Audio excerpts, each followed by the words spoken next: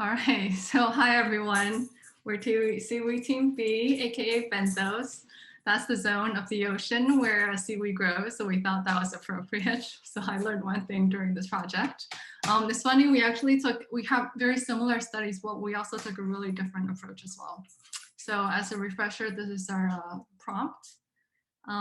But through our research over the last 3 weeks, we decided to reword the prompt a little.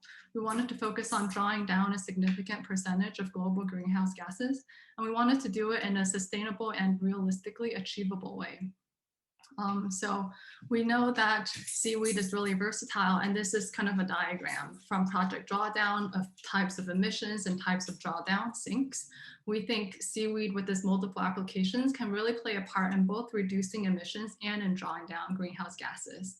So a little bit of background first. Where is the current global seaweed industry? So it's about $6 billion, but if you look at that highlighted bold square, it's very, very concentrated in Asia, and it's very concentrated in food, even though products such as hydrocolloids are much higher value than food. So of all the different types of usages for seaweed, we've identified several that can benefit reduction and several that can benefit drawdown. Let's see. So, and of those applications I listed in the last slide, we did some back of the envelope calculations and figured out, if we add them together, they can make a significant benefit. But it really it behooves us to try to use seaweed for all these different applications. So the next section, we're going to talk about these different possible solutions, but keep in your mind, how can we make seaweed like the next soy? How can it be an ingredient in multiple different types of products?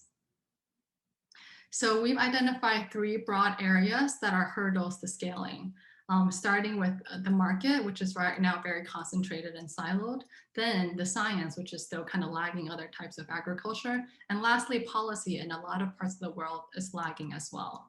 But luckily, for each of those 3 buckets of problems, there are also promising solutions. So we will dig into each of these solutions. I'll start with the market, Chris will do the science, and then Josh will do the policy. So first of all, with developing market, we think we want to develop the seaweed market past Asia. So how can we develop local and regional markets in other areas? This is a pretty complex endeavor because it needs to address different types of stakeholders.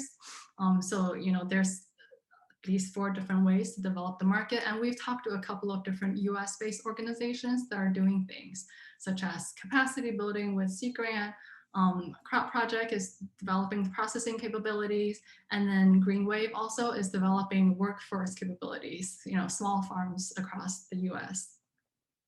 Next, you start developing the market, but we think that the farmers should start going into higher value products first, higher value, large market share products, so that they can actually create a business. Because right now, we heard from Clifford, from an autonomous harvesting company, no one's gonna pay you to farm seaweed and then sink it into the ocean.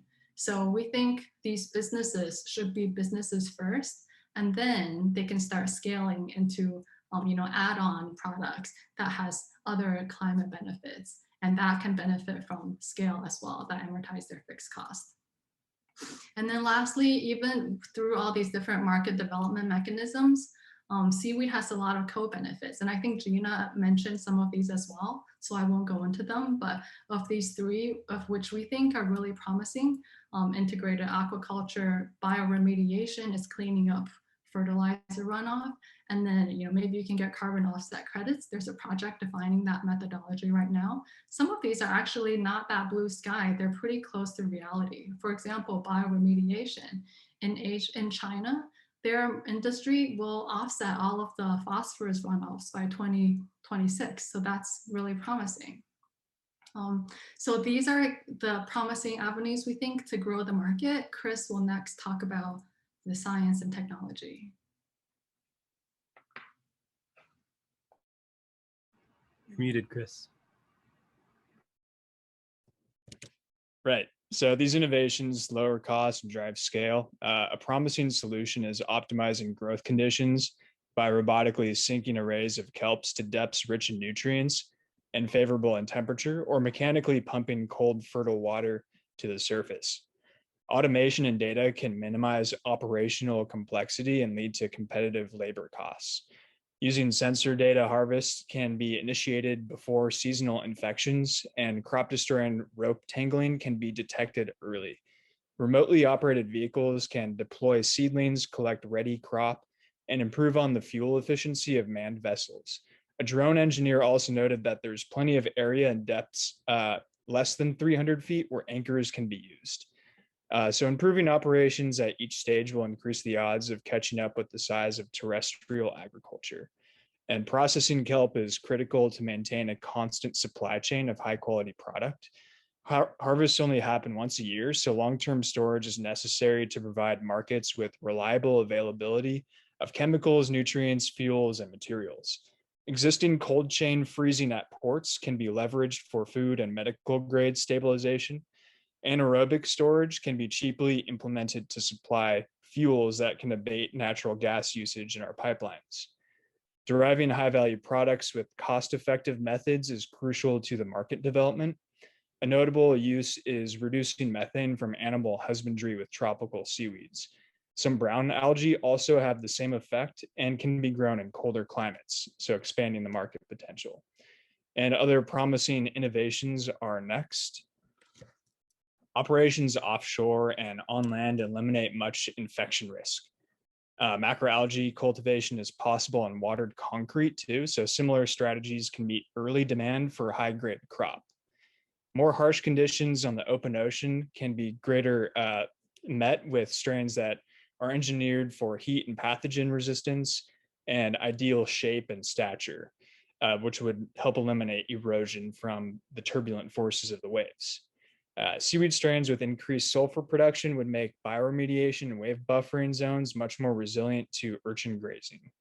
And then moving on, extracting medical and food compounds can stimulate prices and promote adoption.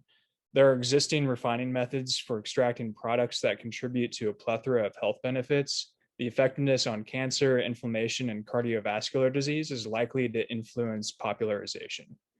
And in the following slide, we found some evidence of the addressable market size for these products.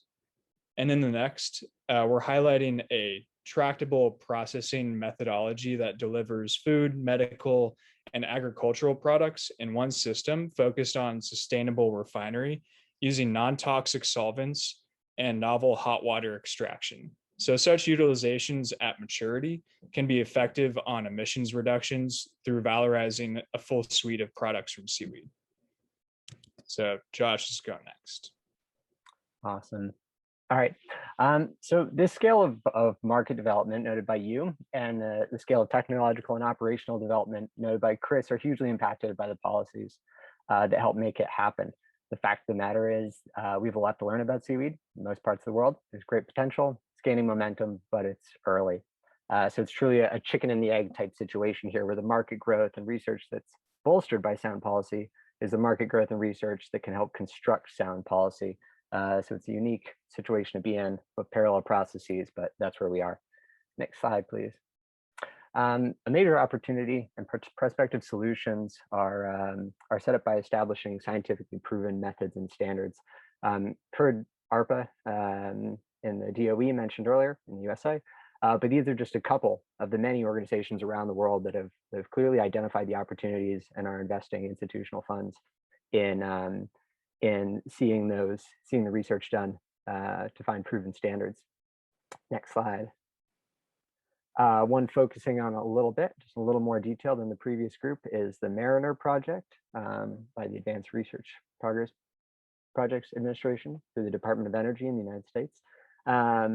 This effort is deploying, which I think the other group got it right, 25, not 22 million, sorry, in funding for projects that are specifically designed to reduce the capital and operational expenses related to macroalgae production and help enable significant increases in farm size and potential areas of deployment, aka scaling seaweed cultivation. So these are projects that are specifically focused on that, supported by this funding. There are 6 categories of funding listed below. focusing on cultivation and harvesting systems, cultivation and harvesting system components, modeling tools, other technology tools, assessment tools, the tools and research that would be essential for policymakers to construct sound policy, and the type of information that's essential to seeing these projects deployed at scale for max benefit and gigaton drawdown potential. Next slide, please. One project just to focus in on very quickly, chosen practically at random. They're all great, and I highly recommend reviewing the Mariner website to learn about what's being invested in, is macro systems, specifically focused on using selective breeding to increase harvesting yield, which is has been proven very important, as we see in Southeastern Asia. A lot of the growth in Korea, Japan, China has been centered around